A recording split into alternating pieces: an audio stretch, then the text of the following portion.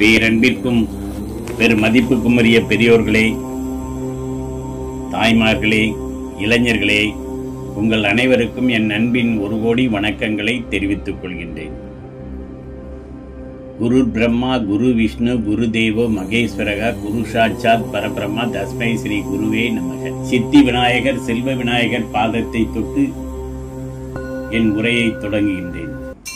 ஓம் சித்தி விநாயகாய சர்வகாரிய கர்த்தரே, சர்வ விக்ன பிரசனமாய, சர்வராஜ்ய வசீகரணாய, சர்வ ஜனதனய ஸ்திரீ புருஷ வசிய மோகன ஆகர்ஷனாய, ஆம் ஹரீம் க்ரோம் ஹம் பட்டு ஸ்வாகா. ஸ்ரீ வித்யா மூலமந்திரம். வேத ஸ்ருதி மகா புண்ணியம் பிரகமன்யே ஜாதவேதசி துவம் பிரம்மா வித்யா வித்யனாம் மகாநித்ரா சாதேகினாம் சாவித்திரி வேத மாதா சதாத வேதாந்த உச்சதே சதுதாசி தும் மகாதேவி விசுத்தேனாந்திராத்மன ஜெய பவதுமே நித்யம் தத் பிரசாதனஜிரே. வெற்றி பெறுவதற்காக கொடுக்கப்பட்ட மூலமந்திரம் தான் ஸ்ரீ வித்யா மந்திரம். வராகி தேவியையும் வெற்றி பெற வேண்டுமென்றால் வராகி தேவியை பாதத்தில் வீழ்ந்து வணங்கி வெற்றி பெற வேண்டும். ஒரு பெண்ணின் உறுப்பை தொட்டவுடன் ஒருவன் உலக கோடீஸ்வரனாக மாற முடியுமா, முடியாதா? ஒரு பெண்ணின் உறுப்பை தொட்டவுடன் உலக கோடீஸ்வரனாக, தரித்திரியவனாக, பிச்சைக்காரனாக, தெரு தெருவாக அலைஞ்சவன் கூட ஒரு பெண்ணின் உறுப்பு தொடும் ரகசியம் தெரிஞ்சால் அவன் உலக கோடீஸ்வரனாக மாறிவிடுவான். மக்கள் தொண்டே மகேசன் தொண்டு. போகர் 4000, போகர் 3000, போகர் 10,000 என்று ஏராளமான நூல்கள் உள்ளன. போகரின் தாத்தா திருமூலர், அவர்தான் அவருடைய தாத்தா. போகருக்கு அவர் சிறந்த கிரியா யோகம் பெற்றவர். ஏனென்றால் அவருக்கு யோகா, தவயோகி, முனிவர்கள், சித்தர்கள், ஞானிகள் அத்தனை பேரும் போகரையே வணங்கக்கூடிய அளவுக்கு மிகப்பெரிய போகர். திருமூலர் அவருடைய தாத்தா. போகர் திருமூலர் அவருடைய தாத்தாவிடம் ஒரு வரம் கேட்கின்றார். எல்லா மக்களும் மரணத்தை வெல்ல வேண்டும், அதற்கு என்ன செய்ய வேண்டும்? எத்தனையோ நோய் நொடிகள் வந்து மனிதன் இறந்து போகின்றான், அதற்கு மருந்து வேண்டும். மரணம் இல்லாத ஒரு வாழ்வு வேண்டும், அதற்கு திருமூலரிடம் கேட்கின்றார். அந்த திருமூலர் அவர் மனக்கண்ணில் தோன்றி, இயற்கையின் சதி மரணம். மரணம் என்பது இயற்கை.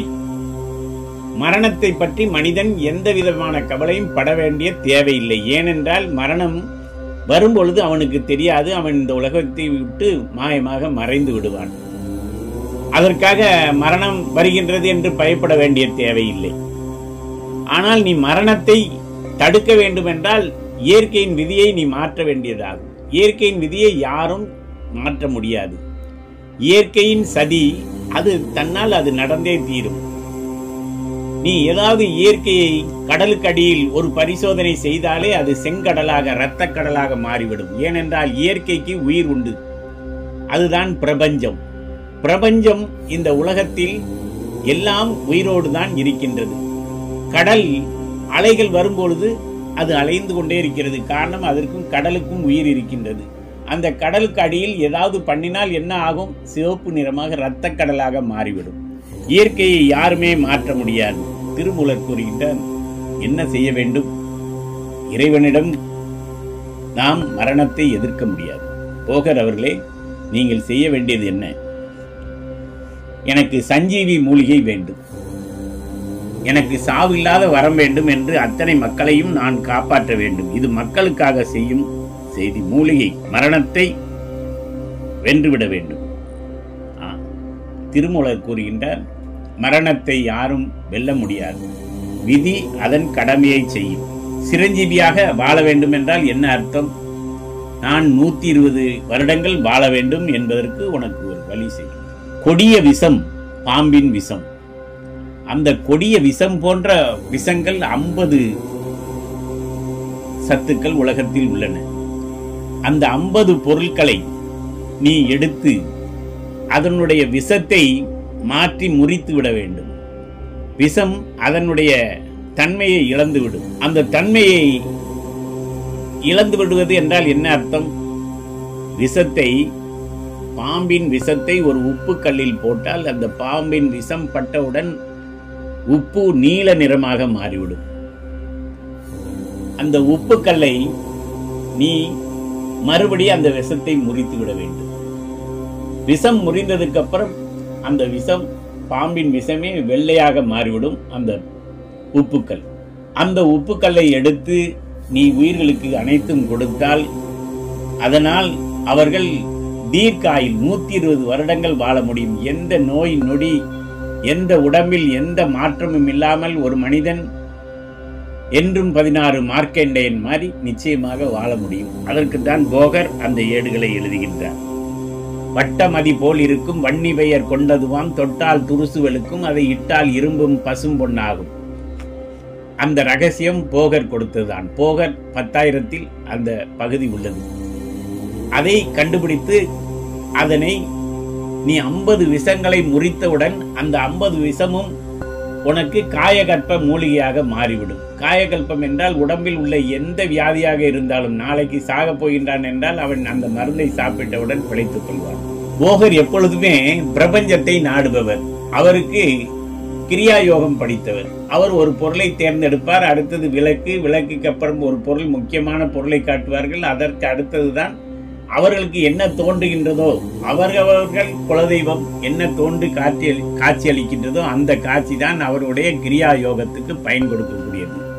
போகர் தவ யோகத்தில் இருந்து சஞ்சீவி மூலியை கண்டுபிடிக்க பயன்படுத்தப்பட்டதுதான் பழனி கோயில் உள்ள முருகன் சிலை.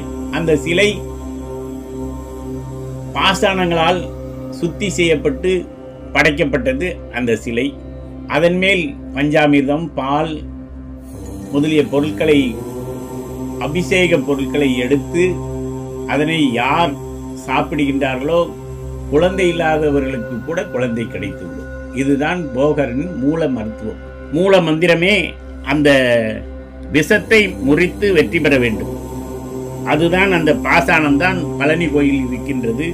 அதனுடைய சிலையில் அபிஷேகம் செய்த தண்ணீரை குடித்தவுடன் ஒருத்தன் காயகல்பம் மேனி, திருமேனி, காய திருமேனி, சஞ்சீவி திருமேனியாக மாறிவிடுவான். அவனுடைய உடம்பில் உள்ள விஷங்கள் அனைத்தும் முறிந்து போகும். ஓம் நம சிவாய நமக. அண்ட சடாச்சரம் நடுநடுங்க வந்து நடனமாடும் சிவனார் வந்து உதவிட வேண்டும். முந்தி முந்தி செய்த வினைகள் பிந்தி பிந்தி போக நந்தி தேவன் மீது ஆணை வருக வருக வந்தருள் புரிக. ஓம் சரவணபவ நம ஓம். அவர் ஸ்ரீ சக்கரத்தின் மகிமையையும் கூறுகிறார்.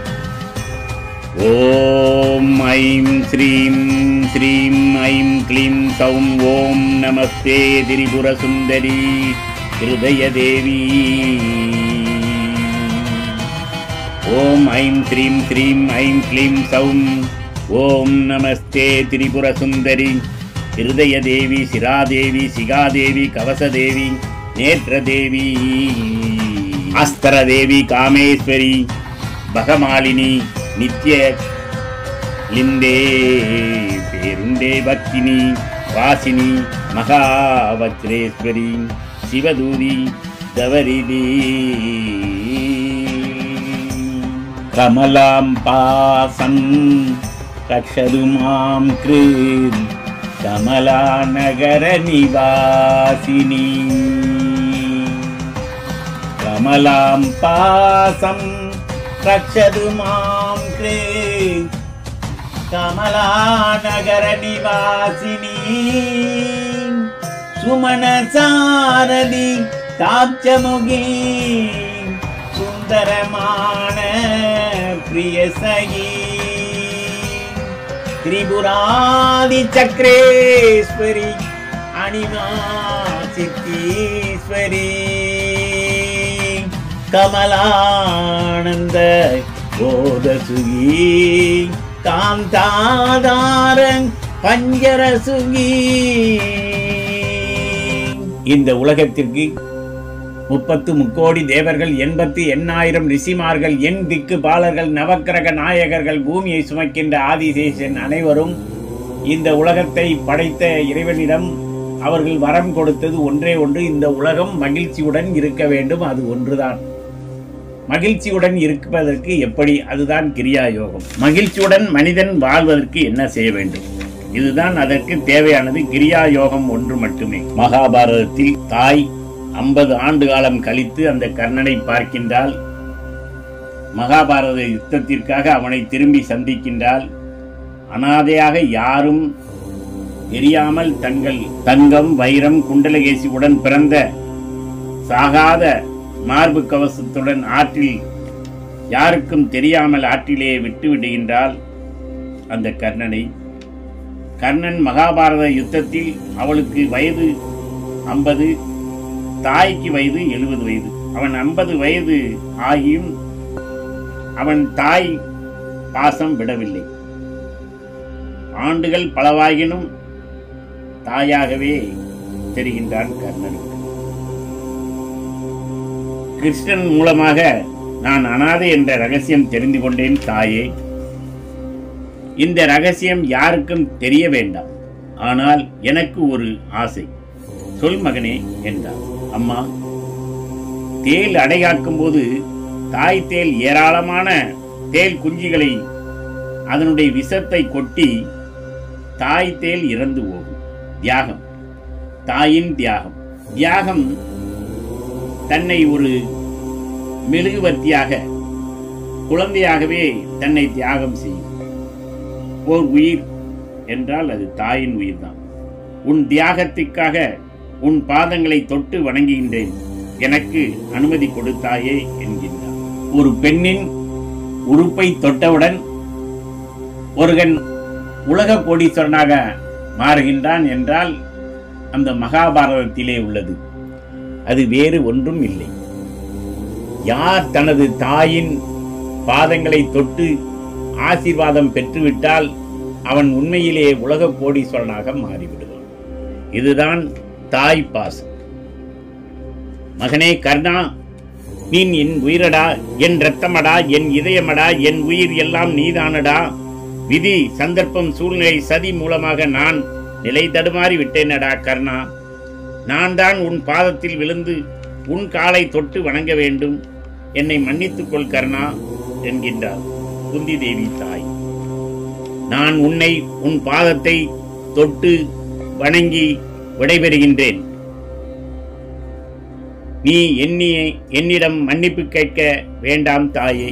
நீ செய்த தவறு, பிறந்த அன்றே என்னை விஷம் போட்டு கொன்று இருந்தால் நீ என்ன செய்யவில்லை? விஷம் போட்டு கொண்டிருந்தாலே நான் அமைதியாக இருந்திருப்பேன். ஒரே ஒரு வரம் தர வேண்டும் தாயே எனக்காக. என்ன வரம்? சொல் கர்ணா. என் தம்பிகளிடம் நான் அவர்களுடைய அண்ணன் என்ற ரகசியம் சொல்லக்கூடாது. ஏனென்றால் மகாபாரத யுத்தமே நடக்காது. மகாபாரத போரிலே நான் கொல்லப்பட்டால், மகனே கர்ணா அப்படி சொல்லாதியா. அம்மா, நீ உன் மார்போடு இந்த இரத்த வெள்ளத்தில் கிடக்கும் என்னை தூக்கி இதயத்தோடு இதயமாக கர்ணா அனாதை இல்லை, அவன் என் மகன் என்பதை உலகிற்கு காட்ட வேண்டும் என்பது மட்டும்தான் அவன் வரம் வேண்டுகின்றான். தன் தாயின் காலை தொட்டு வணங்குகின்றானா? நான் ஏன் சந்தர்ப்பம், சூழ்நிலை, நான் அனாதையாக இருக்க போய் எதிரியிடம் நாட்டு அவனிடம் சென்றேன். அவன் என்னை இளவரசனாக்கி விட்டான். தங்க மலை எனக்கு கொடுத்தான். அந்த நாட்டிலே இளவரசனாக்கி விட்டான். என் உயிரை தியாகம் அவனுக்காக செய்ய வேண்டும். இதுதான் செஞ்சோற்று கடன் தீர்க்க நான் போக வேண்டும்.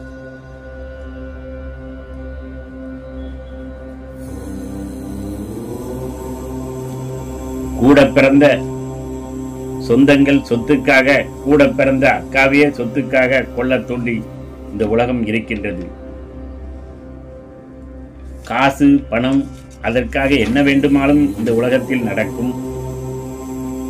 அதனை நாம் மாற்ற வேண்டும் என்றால் எப்படி மாற்றுவது? தாயே, உலகம் ஏன் அழிகின்றது என்ற ஒரு சந்தர்ப்பம் வரும். ஏன் அழிகின்றது?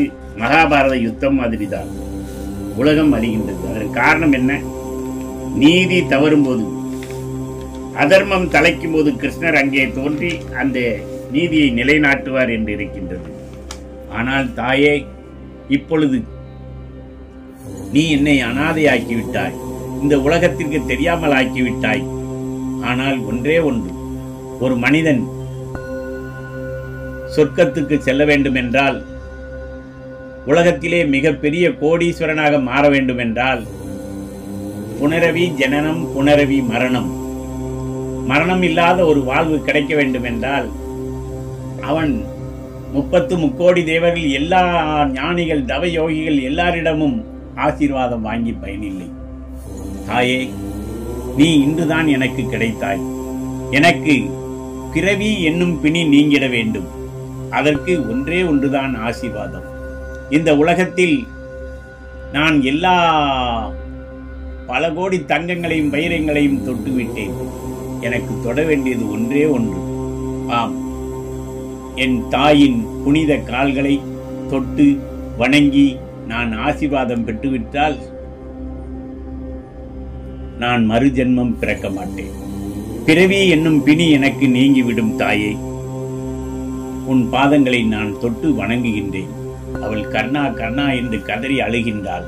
அவன் சொல்லுகின்றான், எல்லாம் உலகத்தில் கிடைத்துவிடும்.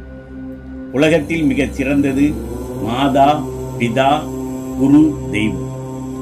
ஆனால் மாதா மட்டும் உலகத்தில் எல்லாருக்கும் கிடைக்காது. தாயே, நான் உன் பாதங்களை தொட்டு வணங்கி கிரியா யோகமாம் உன் ஆசீர்வாதத்தை பெற்றுக் கொள்கின்றேன். மாதா, உன் கோவிலில் மணி தீபம் ஏற்றினேன். மாதா, உன் கோவிலில் மணி தீபம் ஏற்றினேன். தாயென்று உன்னை நான், தாயென்று உன்னை தான். மாதா, உன் கோவிலில் மணி தீபம் ஏற்றினேன்.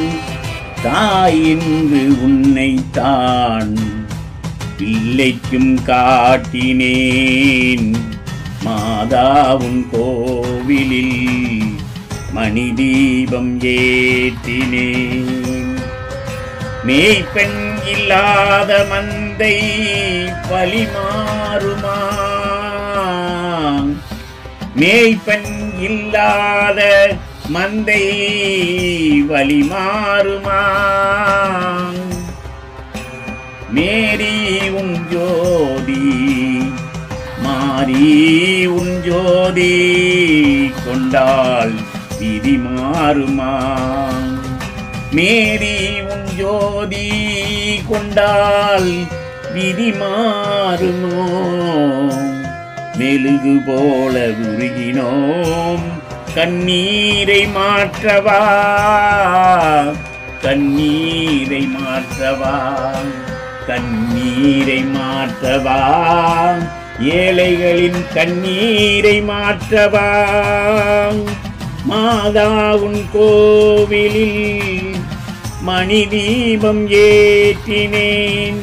தாயென்று உன்னைத்தான், தாயென்று உன்னைத்தான். மெழுகு போல உருகினோம், கண்ணீரை மாற்றவா. காவல் இல்லாத ஜீவன் கண்ணீரிலே, காவல் இல்லாத ஜீவன் கண்ணீரிலே, கரை கண்டில்லாத ஓடம் கண்ணீரிலே.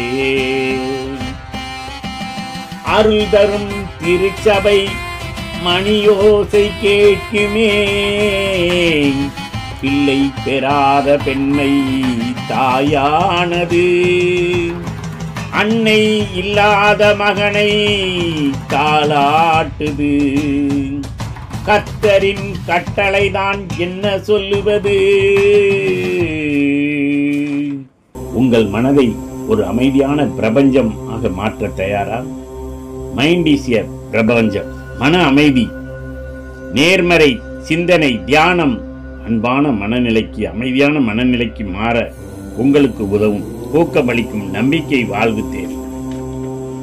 தேவையற்ற அளவுக்கு அதிகமான அறிவுரை உபதேசங்கள் கிடையாது.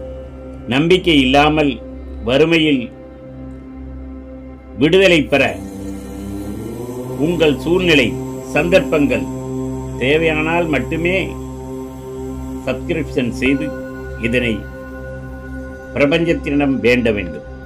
சக்தி வாய்ந்த மந்திரங்கள் நீங்கள் யூடியூப் மூலமாக இங்கே ஒலித்தவுடன் தரித்திர வாழ்வு குபேரனாக வாழ்வதற்கு கேட்டாலே வெற்றி கிடைக்கும்.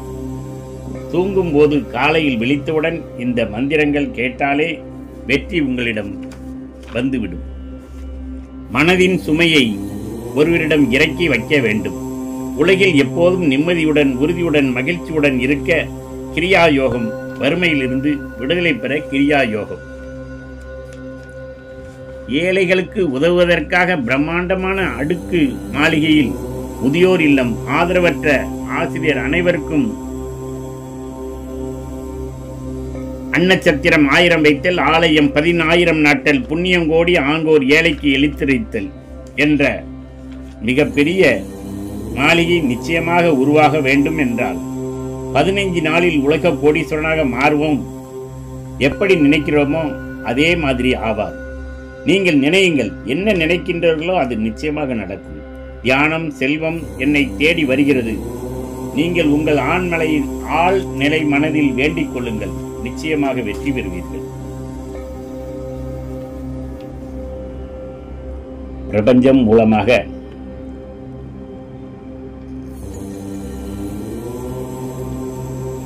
ஒரு பெண்ணின் உறுப்பை தொடுவதால் கோடீஸ்வரனாக மாறிவிடுவோம் என்பது அந்த ரகசியம், பிரம்ம ரகசியம். அது இதுதான். தன் தாயின் காலை யார் தொட்டு வணங்குகின்றார்களோ அவர்கள் நிச்சயமாக உலகத்திலே மிக பெரிய கோடீஸ்வரனாக வாழ முடியும். ஒரு பெண்ணை தொட்டால் செல்வம் பெருகும் என்று நாரத முனிவர் ஒரு முறை மகாலட்சுமி பார்க்கடலில் இருக்கும்போது கூறியது இதுதான் அந்த உண்மை. உங்களை சுற்றி தங்க கட்டியாக இருக்கிறது, பணம் கட்டுக்கட்டாக இருக்கின்றது. ஆழ்நிலை கிரியா யோகம் மூலமாக ஜெயலட்சுமி, தனலட்சுமி, பாக்கியலட்சுமி உங்களை சுற்றி இருப்பதாக கனவு கொள்ளுங்கள். கிரியா யோகம் மூலமாக பாருங்கள். மகிழ்ச்சியாக கற்பனை கனவு காண்கள். இன்றிலிருந்து 15வது நாட்கள் நடக்கும் அதிசயம், உலக கோடீஸ்வரனாக மாறிவிடுவீர்கள். அதற்கு பிரம்ம முகூர்த்தம் 3 to 4 செய்ய வேண்டும். ஆனால் அதற்கு போக ஏடுகளில் உள்ளது என்னவென்றால், நீங்கள் அடைய வேண்டியது தங்க லிங்கம் ஒன்று படைக்க வேண்டும். அது உங்களது தகுதிக்கு தகுந்தாற்போல். தங்க லிங்கம் படைத்தால் ஒருவன் நிச்சயமாக எம்எல்ஏ-ஆக, எம்பியாக அல்லது அமைச்சர்களாக, அந்த களத்தில் மன்னர்கள் கூட பெரிய பெரிய நாடுகளை வென்று சாதனை செய்துள்ளது. காரணம், தங்கத்தில் லிங்கம் செய்ய வேண்டும் அல்லது தங்க கலசம் கட்ட வேண்டும். அதற்குள்ள என்ன இருக்கும் என்பதுதான் பிரம்ம ரகசியம். அது வைத்திருக்கும் போது ஒருவன் மன்னனாக மாற முடியும். உயிர்களில் நீங்கள் அடுத்தது நீங்கள் செய்ய வேண்டியது தானம் செய்ய வேண்டும். தானம் செய்ய வேண்டும் என்றால் 5 நட்சத்திர ஓட்டலிலே ஒவ்வொருத்தருக்கும் விருந்து வைத்து ஒரு 1000 பேருக்கு தினம் செய்ய வேண்டும் என்றால், உங்களால் முடியவில்லை என்றால் ஒரு பச்சரிசியை வாங்கி எறும்புகளுக்கு கூட அதனை மரத்துக்கடியில் வைத்துவிட்டால் அல்லது காக்காவிற்கு சாதம் வைத்துவிட்டால் போதும். அத்தனை காக்காக்களும் தின்றுவிடும். அது உங்களுடைய கர்ம பலனை மிகுந்த அளவில் உயர்த்தும். நீங்கள் கர்மா போய் எப்பொழுது உங்களது கர்மா தொலைகின்றதோ அன்று நீங்கள் உலக கோடீஸ்வரனாக மாறிவிடுவீர்கள். எப்பொழுதும் நமது எண்ணம், நீங்கள் என்ன எண்ணுகின்றீர்களோ அது நடக்கும். ஸ்ரீரங்க பெருமானை மகாலட்சுமியாக கடைசியாக நீங்கள் நினைத்து ஆழ் மனதில் கிரியா யோகத்தில் காட்சி பெற வேண்டும் என்று நினைத்தால் அந்த காட்சி கிடைக்கும். உனக்கு என்ன தேவையோ அதனை நீ பெற்றுவிடலாம். இந்த கிரியா யோகம் சொல்லும்போது உலகிலே மிகப்பெரிய கோடீஸ்வரனாக மாற முடியும். என்னுடைய நண்பர் ஒருவர் இருந்தார். அவர் மிகப்பெரிய இருதய ஆபரேஷன் செய்யும் சக்தி படைத்த ஒரு மாமனிதர். அவர் கிரியா யோகம் படித்திருந்தார். அவரிடம் கிரியா யோகம் மூலம் உங்களுக்கு என்ன தெரியும் என்று கேட்டேன். அவர் அனுப்பிய பதில், அவருடைய பெயர் வெங்கட ராமாராவ்.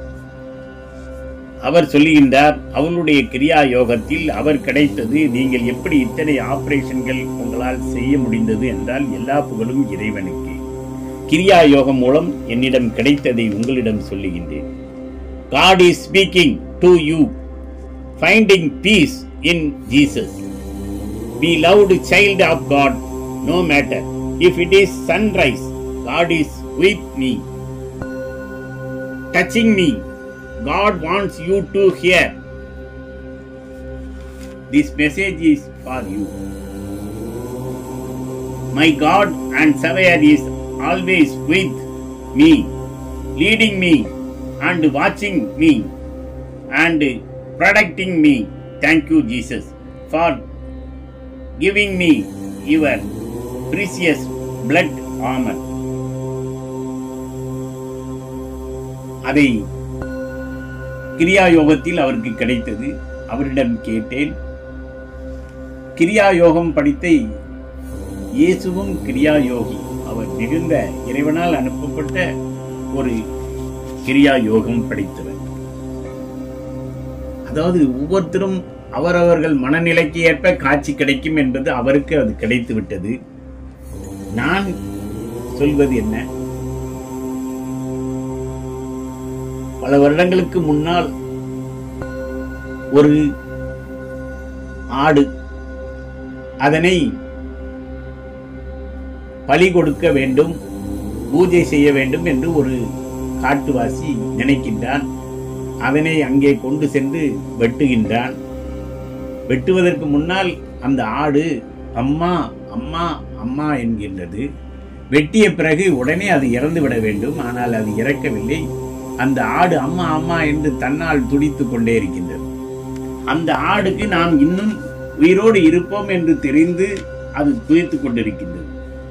அவர்களுடைய மனநிலை அதிலே நின்றுவிடும். இதுதான் காரணம். அந்த கிரியா யோகம் என்பது மிகவும் சக்தி படைத்தது. கிரியா யோகம் படைத்த இயேசு அவர்கள் மக்களுக்காக தன் இரத்தத்தை கொடுக்கின்றார். அது எப்படி என்பதை ஏராளமான நபர்கள் கிரியா யோகம் மூலமாக நிரூபித்துள்ளார்கள். எத்தனையோ பேய் பிடித்த மனிதர்கள் துடித்துக் கொண்டிருப்பார்கள். அவர்களை அந்த கிரியா யோகம் படித்த இயேசுவிடம் கொண்டு சென்றால் அந்த நபர் அவரை கிரியா யோகத்திற்கு அழைத்து, இயேசுவின் இரத்தத்தால் ஜெபிக்கின்றேன், பிசாசே விலகி போ என்றால் ஓடிவிடும். இயேசுவின் இரத்தத்தால் ஜெபிக்கிறேன் என்றால் என்ன அர்த்தம்? இயேசு மக்களுக்காக தன் இரத்தத்தை பலி கொடுத்து விட்டார். இனி நீங்கள் எதையும் பலி கொடுக்க வேண்டாம். அந்த இரத்தமே உங்களுக்கு புனித இரத்தமாக மாறி எல்லாருடைய பேய் நொடிகள் உடல் கோளாறுகள் அத்தனையும் இயேசுவின் இரத்தத்தால் ஜெபிக்கின்றேன், பிசாசே விலகிப்போ என்றால் ஓடிவிடும். அவர் இயேசுவிடம் கிரியா யோகம் அவரும் படித்துக் கொண்டு இயேசுவிடம் பேசி எத்தனையோ மனிதர்களுடைய இதயத்தை ஆபரேஷன் செய்து அத்தனையும் வெற்றிகரமாக முடித்தேன் என்று கூறினார். அதில் எனக்கு சந்தோஷமாக இருந்தது. அதுதான் கிரியா யோகம். கிரியா யோகம் என்றால் பஞ்சபூதங்களை நம் வசமாக்கி வேண்டியவற்றை சாதித்துக் கொள்வதுதான் கிரியா யோகம். உலக கோடீஸ்வரனாக மாறுவதற்கு ஒரு பெண்ணின் தொடுதல் காரணம். மாதா பிதா குரு தெய்வம். ஒரு பெண்ணின் தொடுதல் ஆக கோடீஸ்வரன் ஆவது. இரத்தத்தின் இரத்தம் என்றால் மாதா. மாதா என்றால் தாய். பெற்ற தாய்தான் மாதா. மாதாவை ஒருவன் தொட்டு வணங்கினால் அவன் உலக கோடீஸ்வரனாக மாறும். உலகில் கோடிக்கணக்கான மக்கள் தொகை. ஓடினேன் ஓடினேன் வாழ்க்கையின் ஓரத்திற்கே ஓடினேன். உலகில் யாரிடமும் அன்பு என்று ஒன்றும் இல்லை. அன்பு என்பது பாசம் உள்ளது. எங்கே உள்ளது பாசம்? உலகில் தேடி தேடி அலைந்தாலும் மீண்டும் அமர முடியாத சிம்மாசனம் தாயின் கருவறை. என் இரத்தத்தோடு கலந்த ஒரே என் இரத்தத்தின் இரத்தம் என் தாய் மட்டுமே. வாடகை தாய், வளர்ப்பு தாய், பொய்த்தாய். கவனம், விஷம் கலக்கும் தாயும் உலகில் உண்டு சொத்துக்காக. உடல் மண்ணுக்கு, உயிர் ஏழைகளுக்கு சேவை செய்வதற்கு சேவை செய்தால் நீ நிச்சயமாக 120 ஆண்டுகால் காலம் மகிழ்ச்சியான வாழ்வு வாழ்வான். முயற்சி உடையவனின் வெற்றியை யாராலும் தடுக்க முடியாது. விஷம் போட்டு கொன்று புதைத்தாலும் சந்தன மரமாக எழுந்து நிற்பான். ஏழைகளுக்கு சேவை செய்ய நினைப்பவனே பிரபஞ்சம் உலக கோடீஸ்வரனாக ஆசீர்வாதம் செய்து அவனை நிச்சயமாக உலக கோடீஸ்வரனாக மாற்றக்கூடியது ஒரே ஒரு யோகம், தியானம், கிரியா யோகம் மட்டுமே. நன்றி, வணக்கம்.